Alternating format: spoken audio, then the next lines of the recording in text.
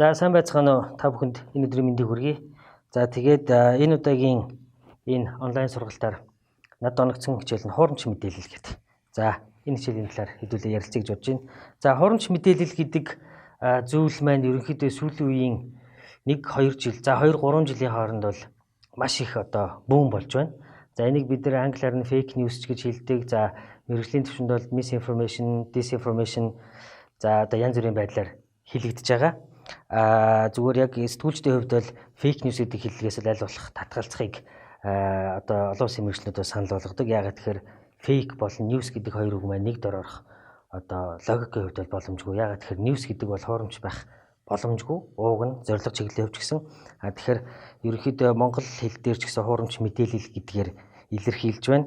За тэгээ хуурамч мэдээлэл яг үнэхээр ингэж их сүүлийн үед ихсээд байгаа мó гэдэг талаар хэдүүлээ ярьж үзье. За тэгэхээр яг энэ зурган дээр харж байгаачлан энэ бол ерөөсөө цоо шин зүйл биш. Тухайлбал энэ та бүхэн харж байгаа энэ дөрвөн зураг байна. За зүүн гартлын дээрээс 4 хүн байлаа. Дараа нь 3 болсон байна. За тэгээд доотлолт нь 2 болсон байна. Хамгийн сүүлд ганцаараа болсон байна. За энэ сахалтай өнөг бол бид бүхэн та бүхэн сайн мэднэ. Сталин. За тэгээд өөрийнхөө ямар нэгэн зорилгынхоо хувьд дөрвөөр эхэлж исэн хүмүүстэй ганцаараа үлдсэн өрсөлдөгч хүмүүсүүдээ намсаар бод ганцаараа үлдсэн байна. Тэгэхээр иймэрхүү маягаар зургаар хулах сурчлагаа бол дээр үесээ хийж явдаг байх. За дараагийн зурган дээр жишээлбэл энэ Ким Жон хойд солонгосын удирдагч. За энэ хоёр зураг. За эхний зурган дээр байгаа хүн дараагийн зурган дээр ашиглагдахдаа байхгүй болсон байна. Тэгэхээр энэ ямар нэгэн байдлаар улс төрийн зорилгоор энэ хүн алга болсон, энэ зурганаасаа мөн бас алга болсон байна. Тэгэхээр энэ хүн байхгүйгээр энэ зургийг энэ хүн маань дараагийнхаа янз бүрийн мэдээлэл харилцааны ажил ашиглаж байна гэсэн үг. За мөн дараагийн зураг бид бүхэн Ленин Сүхбаатар хоёр уулзсан гэж боддог. Ийм бүхэл бүтэн үе байдаг байсан. За би бол жишээ нь багтаа Ленин Сүхбаатар хоёр уулзсан байх. Яагаад тэгэхээр манай сургуульд ч ийм зураг байдаг байсан. За кинон дээр дараагийн зурган дээр гарч байгаа ч юм уран зургаар хүртэл энэ хоёр хүнийг уулзсан битээр ингэж мэдээлэл харилцааны ажил зорилготойгоор хийдэг байсан. Тэгэхээр энэ чинь өөрөө яг одоо цагаар бол юу гэсэн үгээр энэ бол хурамч мэдээлэл. Энэ бол бүр нэлээд зорилготойгоор олон нийтийн санаа бодлыг тархийг угаах, манипуляц хийх, пропаганда хийх зорилготойгоор ийм disinformation гэж бол ойлгож болно. Тэгэхээр энэ хуурамч мэдээлэл гэдэг бол ерөөсөө шинэ зүйл биш. За дараагийн зургийг бас энэ маш алдартай зураг. За энэ зураг сонирхолтой нь өнгөрсөн жил сүүлийн 1-2 жилд бол маш ихээр сошиал орчинд бол тарсан. За тэгээд энэ зургийг бол ямар утгатайгаар оруулсан бэ гэхээр нөгөө лалын шашинтнууд Сириэс дөрвөгчд Европ руу, Америк руу маш ихээр ингэж дөрвж гинэ гэдэг юм агуулгатайгаар энэ зургийг сошиал орчинд бол нэлээд сэвсэн. За гэтэл энэ зураг бол дэлхийн 2 дугаар дайны дараа яг үүндээ бол Европоос эсэргээрээ Европууд энэ Сирлүү гэдэг юм уу энэ улсууд руу дайжин зогтож байгаа үеийн зураг. Гэтэл энэ зургийг яг эсрэгээр нь магадгүй 60-70 жилийн дараа яг эсрэгээр нь ашиглаж байгаа юм тохиол гарсан. Тэгэхээр эндээс юу гэж хэлэх гээд байгаа вэ гэхээр ерөөсөө энэ хуурамч мэдээлэл гэдэг маань шин зүйл ерөөсөө биш ээ. Гэтэл яагаад сүүлийн үед ингэж анзаарагдаад байна гэхээр нэгдүгürt нийгмийн мэдээллийн сүлжээний энэ их технологийн их дэвшил. За тэгээд хүн болгон мэдээлэл хийх боломжтой. Зүгээр байдаг байсан хуурамч мэдээллүүд хүний нүдэнд хитрхи их хэмжээгээр ил харагдаад байна л гэсэн ийм санаа. За дараагийн зурган дээр дараагийн дийлэгцэн дээр та бүхэн харж байгаа. Энийг бид нар бүгдээр харж байсан Путинтай уулзсан монгол залуу. За энэ зургийг харьцуулаад харах юм бол дараагийнхан зурган дээр хятадын удирдагч Ши Жинпинтэй уулзж байгаа. За тэгээд энэ залуу бас Путинтай гар барьж байгаагаар уцаар ярьж байгаагаар гэтэл энэ зураг нь яг жинхэнэ оригинал зураг нь бол Трамп Америк ерөнхийлөгч Трамптай гар барьсан зураг дээр ингээд энэ залуу фотошоп хийсэн. За тэгээд энийг бол бид нар инээгээд өнгөрч болно. Зүгээр инээгээд өнгөрч болно те. Гэтэл энэ залуу угаасаа хийсэн зорилго нь бол хүнийг нийлэх зорилгоор хийсэн. Өөрөө бол яг дизайнер, фотошоп энэ талын авьяастай залуу. За тэгээд сонирхлоороо зүгээр Путиныг Монголд ирсэн өдөр тааруулаад нэг өрөө ингээ хийсэн байна. За энэ залууг заах энэ залуу дээр бол жишээлбэл сошиал орчинд одоо юу гэдгийг энэ их том их удирдахч ирсэн байхад ингээд уцаараа яриад үл хүндэтгэлээ. Эсвэл одоо янз бүрийн энэ залуугийн талаар сайн муу янз бүрийн одоо сэтгэлүүд тархаж исэн. Тэгээ энэ залуу л өөрөө зүгээр ингээд сонирхлоор ингээд хийцэн тэгсэн чинь маргааш нь ингээд ээж хүртэл залгаад ингээд юу болчихваа ивэ. Унтаас ирсэн чинь маш их хандлт авцсан, аимшигтай болцсон байсан ингээд дараа нь ярьцлага өгсөн байсныг бид нар харж исэн. Тэгэхээр энэ залуу л өөрөө зүгээр одоо 600 цэнгүүлэх сонирхолтой байдлаар биднийг инээлэх гэж хийсэн бол зарим жишээнүүд бол энийхээс одоо энийхээ аргагүй жишээнүүд бас байдаг. За дараагийн жишээг хэдүүлээ харъя. Таргууны түүхий мах эдсэн жуулчин хос тахал өвчнөр нас баржээ гэдэг юм мэдээ Германы Bild гэдэг сэтгүүлийн сайтн дээр гарсан.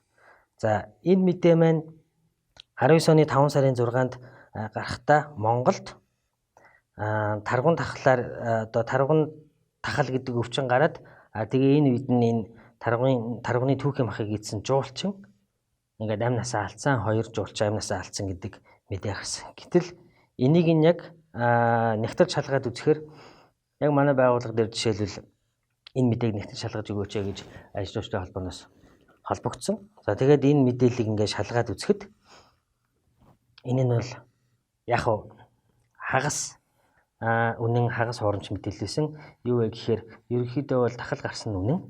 За тахал гарсан боловч за харамсалтай нь 2 хүний амь нас ирсэн гэдэг нь бас үнэн. Гэхдээ тэр нь тухайн одоо аймгийн Баян-Улгийн аймгийн 2 Монгол иргэн байсан. Гэтэл энийг ийм 2 гадаадын жуулчин одоо нас барсан мэтээр гаргаж байгаа нь энэ яг 2019 оны 5 сар гэдэг чинь өөрөө одоо гадны хүмүүс бол жуулчинд энэ жилдээ хаашаа аялах уу? За энэ төлөвлөгөөгөө гаргадаг ийм одоо яг энэ цаг үед нь давтсан. За гэтэл эндээс гарч болох үр дагавар нь юу гэхээр жуулчид Монгол руу ирэхээ болох шийдвэрийг гаргах. Манай аялал жуулчлалын салбарт тухайлбал одоо энэ мэдээлэл гарсан Герман, Европын улс орнуудаас одоо жуулчнаар ирэх жуулчдын тоо багасах хүртэлх ийм одоо сөрөг үр дагавар үзүүлэх боломжтой мэдээлэл байна. За тэгээд бид нар энэ дээр факт чек хийгээд за тэгээд залруулга гаргасан. За түүний дараа бол 2 хоногийн дараа 2 хоногийн дараа за Германы Bild яг энэ сайтн дээр бол одоо мэдээлэлээ шинчилсэн. За тэгээд жуулчин гэдэг үгийг бол авсан. Тэгэхээр одоо энэ хуурамч мэдээлэл гэдэг бол ийм ганцхан 2 хоногийн дотор ч гэсэн одоо олон нийтэд цацагдахдаа бас ийм үр дагавар авчрах боломжтой. Тэгэхээр бас энэ хуурамч мэдээллийн одоо хор хөнөөлөл гэдэг бол энэ байна. За тэгэхээр хуурамч мэдээлэл гэдгийг дараагийн слайданд онцлог шинжийн талаар тайлбарлая. За энэ яг энэ слайдн дээр одоо жишээлбэл 3 ангилсан байна. Хуурамч мэдээллийг ерөнхийдөө олон улсад сүүл үед ийм маягаар 3 ангилаад байгаа. За disinformation буюу түрүүний худал мэдээлэл. За энэ нь бол хувь хүн, нийгмийн бүлэг, байгууллага, улс орон тохирол учруулах зорилгоор санаатаагаар бий болгосон худал мэдээлэл. Энэ бол санаатай үйлдэл. Ялангуяа засгийн газар улс төрийн намаас өрсөлдөгч хүчин хэвлэл мэдээллийг төөрөгдүүлэх зорилгоор гаргасан суртал ухуулах. Тэгэхээр энийг бол одоо хуучны хэллэгээр бол одоо тарих угаалт гэдэг юм уу, эсвэл манипуляц, пропаганда гэдэгтэй бол холбож ойлгож болно үндсэндээ. За дараагийн хэсэгт нь misinformation гэж ангилж байгаа. За энэ нь бол буруу ташаа мэдээлэл. За энэ хүсдэгтийг бол би Globe International-ийн одоо ерөнхийдөө санал болгосноор ашиглаж байгаа. За тэгэхээр болон хуульч галаа гийн юунаас судалгааных нь ажлаас авсан байгаа. За тэгэхээр misinformation буюу буруу ташаа мэдээлэл, хохирол учруулах, санаа зорилго агуулаагүй худал мэдээлэл. Тэгэхээр энэ бол ихэнхдээ сэтгүүл зүйн бүтээлээр мэдээлэл харилцааны ажил хүмүүс хийж идэг. Тийм учраас ер нь бол санамсаргүй алдаа гэдэг юм байдаг. За голцоо сэтгүүлчдийн одоо санамсаргүй алдаанаас үүдсэн алдааг бол misinformation гэж хэлээд байгаа. Тэгэхээр хохирол учруулах, санаа зорилго эхнээсээ агуулаагүй. Гэхдээ эцсийн дүндээ бол худлаа байсан мэдээлэл гэхдээ хуурах одоо төрөгдүүлэх зорилго ерөнхийдөө бол агуулаагүй тиймэрхүү мэдээллийг хэлээд байгаа. За гурав дахьт нь одоо энэ mal information буюу бас л хоромч мэдээлэл гэхдээ бодит байдалд тулгуурласан бөгөөд хувь хүн байгууллага улс орон тохирол учруулах зорилгоор ашигладаг мэдээлэл. Өөрөөр хэлбэл одоо түрүүчийн дэлхийн 2 дугаар дайны дараагийн тэр зургийг ашигласан одоо жишээ бол тухайлбал энэ mal information гэсэн хэсэгт орж болно. Яг тэгэхээр яг бодит зургийг ашиглаад гэхдээ өөр зорилгоор ашигласан. Өөр юмны зураг гэдгийг мэдсээр байж. Тэгэхээр энэ бас нийгэм болон одоо олон нийтэд бас хор хохирол учруулах ийм одоо боломжтой байдаг. Тэгэхээр эндээс бас энийг бас анхаарч авах хэрэгтэй гэдэг ийм санаа явж байгаа. За тэгээ ерөнхийдөө энэ худал мэдээлэл, хуурамч мэдээлэл гэдгийг мэргэжлийн төвшөнд бол ийм 3 төвшөнд энэ онцлог шинжээр нь 3 хэлбэрт ангилж байгаа. Тэгээд яг уу ингэж байгаа ч гэсэн эцсийн дүндээ бол худал мэдээлэл бол худал мэдээлэл гэсэн үг. За хуурамч мэдээллийн зорилго. За тэгэхээр хуурамч мэдээллийн зорилгын хувьд бол маш олон зорилготой. Тэгээ за энэ дээр бол яг хөө ерөнхийд нь ямар зорилгоод байж болох вэ гэдгийг авч үзэхэд хандлт авах. За ашиг орлого олох. За энэ хандлт авах бол одоо юу гэдгийг ялангуяа цахим орчинд Facebook пэйж дээр бол илүү олон одоо лайкийнхаа тоог нэмснээр илүү олон хүнд дараагийн мэдээлэл хүргэх энэ боломжийг эрэлхийлж байгаа ийм зорилго гэж болно. За ашиг орлого олохын хувьд бол ялгаахгүй дахиад нөгөө лайкийнхаа тоог ихсэнгүүтээ манайх юм олон хүн төрдөг барьдаг тэргээрээ дамжуулаад одоо яадгийн төлбөртэй мэдээлэл түгээх энэ гэсэн зорилгоор ашиг олох зорилготой бас байж болно. За бас бусдын хувийн мэдээллийг цуглуулах зорилготой бас ашиглах тохиолдол их байдаг. Ялангуяа манайд одоо нэг тийм худал мэдээллийн анхаарал татсан тийм хүчтэй гарчигтайгаар за тэгэнгүүтээ тийшээгийн оронгууд одоо холбоос орон оронгууд ямар нэгэн байдлаар одоо технологи ашиглаад хурамч хувийн мэдээллийг нь татаж авах энэ гэсэн тийм зорилгоор одоо ашиглах тохиолдол бас их байдаг. За мөн хямралын мэдээллийн харилцааг зохицуулах өөрөөр хэлбэл одоо ялангуяа crisis communication гэж ярьдаг ийм ямар нэгэн байдлаар одоо хямрал нүүрсэн энэ үедээ олонний анхаарлыг өөр тийш нь хандуулах ч юм уу эсвэл ерөөсөө одоо болсон юм болоогүй мэтэр болсон мэтэрч байд юм уу тийм зорилготойгоор худал мэдээлэл бас тараахын тохиолдол бас байдаг. За тэгээ нийтийн анхаарлыг өөр асуудал татах. Энэ бол ялангуяа ямар нэгэн одоо гэмт хэрэг ч юм уу эсвэл одоо энэ засгийн газар одоо юу гэдгийг сонгуулийн үеэр энэ төр их ашиглагддаг иймэрхүү хэлбэрүүд ээж болно. За тэгээд төсөөлөл нь тарих байх. Тарих ухааны талаар бол дэлгэрэнгүй тайлбар хэрэггүй байх. Үндсэндээ пропаганда, манипуляц гэсэн үг. За тэгэхээр энэ хуурамч мэдээллүүдийг үндсэндээ өнөөдрийн энэ яг бидний сонсож байгаа зүйлэл хэрхэн таних вэ? Энэ тал руугаа байгаа. Хуурамч мэдээллийг яаж таних вэ гэдэг. За ерөнхийд нь дараах 7 хэсэгт ангилсан байгаа. За тэгээд хамгийн ихнийх нь бол мэдээллийн их усврыг шалгах. За тэгээ мэдээллийн их усврыг шалгахын тулд хамгийн анх энэ мэдээллийг хаанаас сонссон, хэн хэлсэн, яагаад хэлсэн. За тэр үнийг та таньд юм уу, таньдгүй юм уу? Ямар зорилгоор хэлсэн. За хэрвээ Facebook байх юм бол одоо дундын найз байдаг юм уу, байгаа юм уу тэр мэдээлэл хийсэн хүнтэй. Гадаадын хүн юм уу? Эсвэл ерөөсөө ашиглагддаггүй хүн юм уу? Хамгийн гол нь тэр мэдээллийг хэн тараасан гэдэг тэр хэн гэдэг талаар одоо хинбэ гэдгийг нь тодруулах шаардлагатай гэсэн үг. Үндсэндээ мэдээллийн их усврыг шалгах гэсэн санаа байна. За түүний дараагийнх нь бол домен хаягийг шалгах гэж. За тэгээ домен хаягийн хувьд бол тухайлбал одоо ихэнхдээ за Facebook ч нийгмийн мэдээллийн сүлжээ хаанч үлээ гэсэн мэдээллүүд тэн дээр байгаад гэхдээ тэрний цаатал бас нэг домен хаяг ямар нэгэн сайтаас мэдээлэлүүд цацагдах тохиолдол их байдаг. За энэ тохиолдолд бол домен хаягийг шалгахдаа жишээлбэл тэр URL гэж ярьдаг те. Энэнд нь одоо алдаа мардаг байна уу? Ялангуяа энэ cig.com, cig.coach гэдэг юм уу? Cig одоо манай дээр бол ихэнхдээ cig.mn гэж байгаа. Гэтэл одоо зарим тохиолдолд одоо юу гэдгийг эмэн биш комодыг ч гэсэн бас харж байхад гимгүү. Эсвэл одоо өөр янз бүрийн сонин сод өргөтгөлүүдийг энэ өргөтгөлүүд дээр бас анхаарахад гимгүү гэсэн үг. За мөн түүнчлэн хураанга улсын холбоосуудаас бас аль болох одоо юугаа ороод авахгүй татгалзаж явах хэрэгтэй.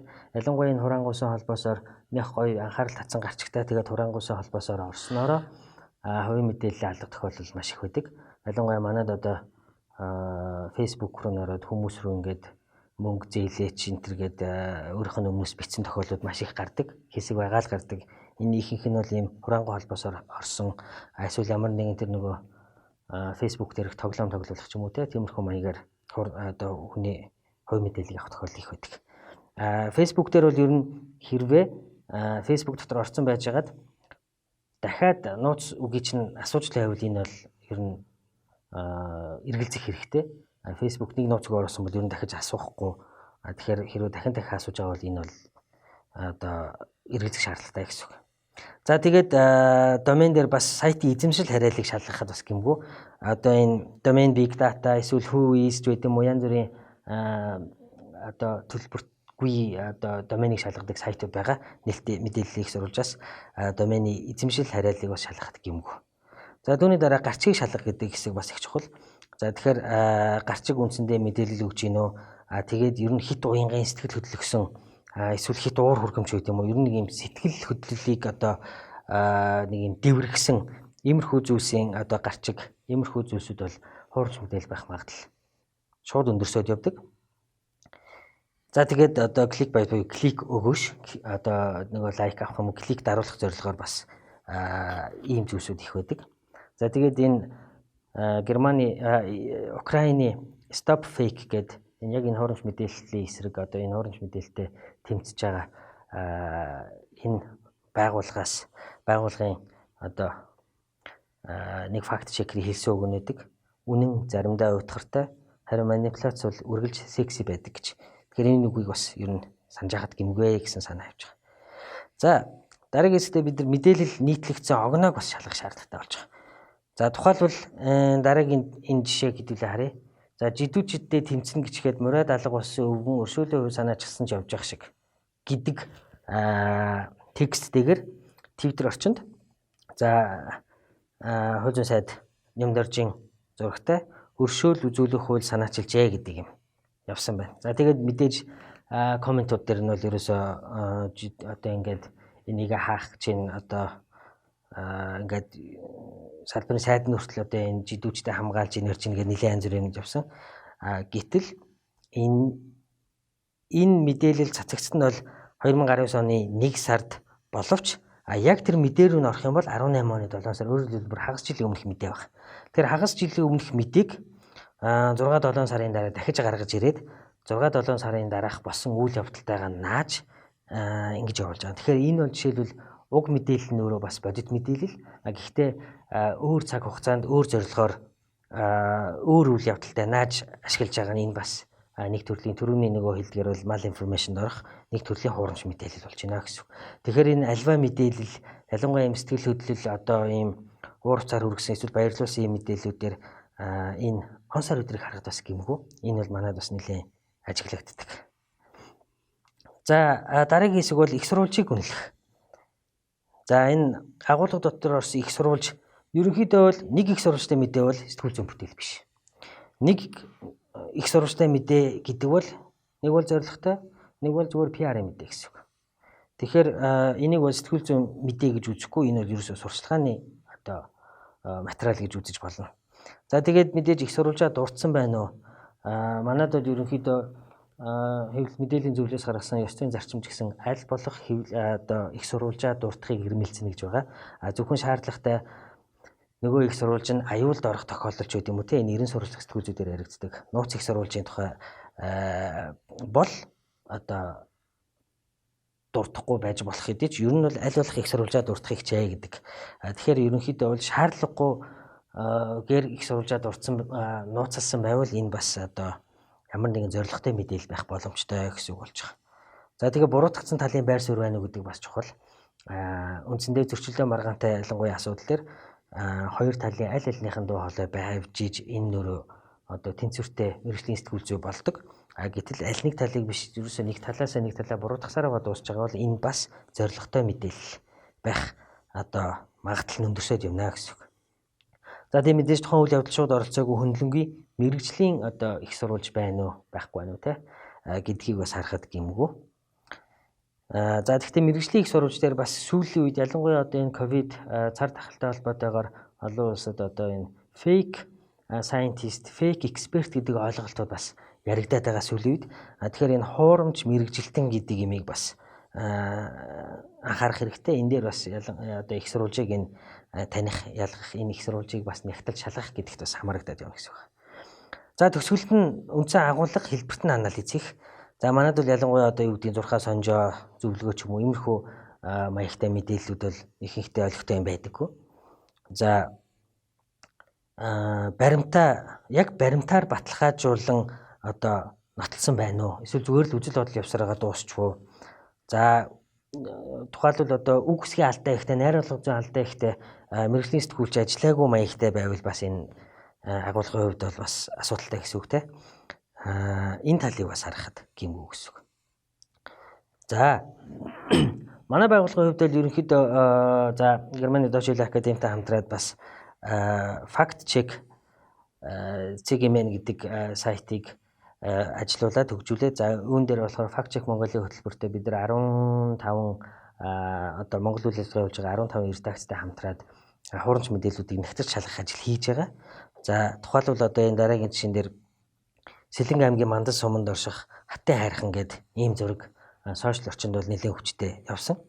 За тэгвэл одоо яг дээрээс нь харахад ийм эмэгтэй хүний одоо ихтсэн байгаа хэлбэртэй маягтайгаар за тэгээд энэ бол сошиал орчинд одоо нэлээд олон хүмүүс шеэрлсэн.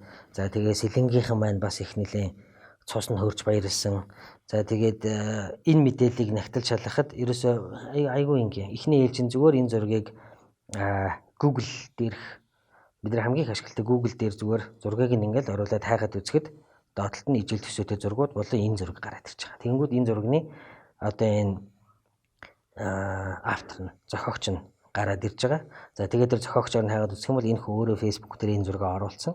За тэгээд хүмүүс хүртэл ямар гоё энэ хаана авсан энэ төр гэсэн чинь нөгөө хүн маань энэ миний компьютер дээр авсан зургаа энэ миний компьютер дотор байгаа газар гэд ингээ хошигноод хэлсэн. Тэгэхээр үндсэндээ энэ бол ийм орчин үеийн одоо ийм дижитал артист буюу одоо энэ компьютер графикийг ашиглаад одоо компьютер дээр ийм сонирхолтой одоо ийм урлагийн бүтээлийг хийдэг ийм одоо уран бүтээлч Францын залуу. За энэ хүний хийсэн юм байна. За тэгээд энэ нь бол ерөнхийдөө компьютер дээр хийсэн дэлхийн хаанч байхгүй ийм зураг. За энийг ингээ манайхан монголчууд энэ Монголд хатан уул гэд нэлээс ивцэн. За тэгээ хатан уул гэдгийг нь дараагийн зурган дээр байгаачлан яг координатаар нь ингээд олглохлоор дээрээс иймэрхүү байдалтай өөрөөр хэлбэл яг энэ эмэгтэй шиг харагдах боломжгүй нэлээд битүү уулархаг модорхог уучлаарай модорхог ийм уулах. Тэгэхээр энэ ингээд худлаа гэдэг мэдээлэл гарч ирж байгаа. За үүний дараагийн жишээ бас Богдуулын бугтын 1987 онд ийм байжээ гэдэг ийм айгуу гоё ийм бас нэг өвлийн бугтай ийм зураг бас сошиал орчинд нэлээд явсан. За тэгээд доор нь хүмүүс ингээд янз бүрийн байдлаар сэтгэлээ хэлээд хайран буг минь одоо 30 жилийн дараа одоо буг нь байтга уул нь байхгүй болно энэ гэсэн нөгөө нэг юм одоо их оронч үзэлх юм уу одоо ийм одоо юм дээр ингээ хөөрөгцсөн янз бүрийн ийм үзэл бодлын шин чанартай сэтгэлүүд ингээд явж ирж байгаа. За гэтэл энэ зургийг нь бас ингээд яг адилхан хайгаад үзэхлээр энэ бол маш алдартай зураг. Энэ зураг юуных вэ гэхээр Канадын бугын сангийн аж ахуйн зураг. Тэгээ энийг ингээд манайхан бас ингээд богдуулных гэт. Иймэрхүү маягаар ингээ хуурамч мэдээлэлүүд тархаж идэг байна. Тэгэхээр эндээс харахад төрүүчийнхтэй адилхан тэр нөгөө сэтгэл хөдлөлтэй айгүй гоё сэтгэлд төрүүлэхээр ч юм уу иймэрхүү шинжийн мэдээлэлүүд бол бас одоо хуурамч мэдээлэл авах магадaltaй гэдэг эндээс харагдаж байна. За journalism zone-ыг буюу журнализмын үндсэн ойлголтын дээр хэрв хэн нэгэн бороо орж өгнө гэд өөр нэгэн бороо ороогүй гэж хэлвэл аль алийг нь ишлэх нь сэтгүүлчийн ажил биш ээ. Сэтгүүлчийн ажил бол зүгээр л цонхоо онгоолгоод аль нь үнэн байгааг харах гэж. Тэгээ энэ их гоё үг. Тэгэхээр үндсэндээ юу гэсэн үг вэхээр ерөөсөө зүгээр тэр тэгж хэлээ энэ ингэж хэлээ гэдээ ишлээд суух биш. Өөрөө нүдэрээ дахиад нэг дабл чек хийгээд нэгтлээд хар гэсэн санаа байна. За тэгээ бид нар жишээлбэл одоо өнгөрсөн онд манай Улаанбаатар хот маань нөгөө 19 онд утаа маш их байх үед бид нар цонхоо голж харсан. За 19 оны 1 сарын 24 дараагийнх нь 19 оны 3 сарын 14 гэсэн энэ яг одоо ийм хугацаатай яг нэг газараас нэг цагт нэг утсаар авсан зураг ийм ялгаатай байгаа. Гэтэл манай одоо юунаас агаар цэгийн мэнэс өгдөг мэдээлэл дээр бол одоо энэ зурган дээр харж байгаачлан өгж байгаа мэдээлэл нь бол ижил 160 хотын төвөөр нэг 160 120 100 энэ гэсэн. Бараг 3 сарынхан зарим газрууд нь одоо өндөр байх жишээ нэ. Гэтэл зүгээр ингээд өөрөө ингээд харахад одоо ингээд нэгтэл шалгах боломжтой зүйлийг бол өөрсдөө шууд ингээд нэгтэл шалгаад гаргаж байгаа гэсэн санаа явж байгаа. За тэгээд BuzzFeed News-ийн медиа эдитер Craig Silverman гэж хүн хуурамч хаягны бүхэл бүтэн үйлдвэрлэл олон улсын хэмжээнд явагдаж байна. Троллууд зөрчилдүүлсэн, хагаралдуулсан контентийг тарааж байна. Тэд хаштагаар тренд үүсгэж хэвлэл мэдээллийн анхаарлыг татахыг хүсэж байна. За fake news буюу энэ хуурамч мэдээлэл маань хамгийн их гардаг үе бол хүмүүс аль нэг талыг барих үе. Ийм жишээг бид сонгуулийн үеэр их хардаг. Харин энэ үздэгчд маш чухал. Тэгэхээр яг хүмүүс аль нэг талыг одоо барих үед хуурамч мэдээлэл хамгийн их ихсдэг. Энэ нь сонгуул гэдэг бол яг одоо биднэрт маш бодууштай байгаа юм. Бид нар одоо хэдхэн 7 хоногийн дараа сонгуультай. За тэгээд тэр хүртэл сонгуулийн сурчлагаа гээд одоо маш ихээр хуурамч мэдээллүүд явах. Одоо хуурамч мэдээллийн бүр давлгаа явах ийм цаг үе байгаа. Тэгэхээр энэ үед сэтгүүлч та бүхэн бол маш чухал. Энэ хуурамч мэдээлэлд автахгүй, хуурамч мэдээллийг түгээхгүй ийм байх одоо маш хариуцлагатай үе маа гэж хэлсэн. За тэгээд төгсгөлийн слайдн дээр энэ линкийг оруулсан байгаа. За энэ линкийг линкээр нь бас дараа нь өчөж болох бах. Та бүхэн энэ линкийг яг хараад бичсэн ч болно. Энэ линкээр юу гарч ирэх вэ гэхээр энэ линкийг хэрвээ өөрийнхөө одоо Chrome байд юм уу интернет ашигладаг браузер дээр ашиглаж байгаа юм бол энэ дотор маш олон факт чек хийх, нягтлж шалгах боломжтой тийм түүлсүүд болон сайтуудыг бүгднийг багслаад нийгэмд оруулсан юм баг. Тэгэхээр энийг бас та бүхэн ашиглаж үзээрэй, бүгднийг ашиглаж үзээрэй гэж зөвлөх байна. За тэгээд анхаарал тавьсан явдал баярлалаа. Асуулт байвал та бүхэн энэ доор комментоор асуултаа оруулаарай.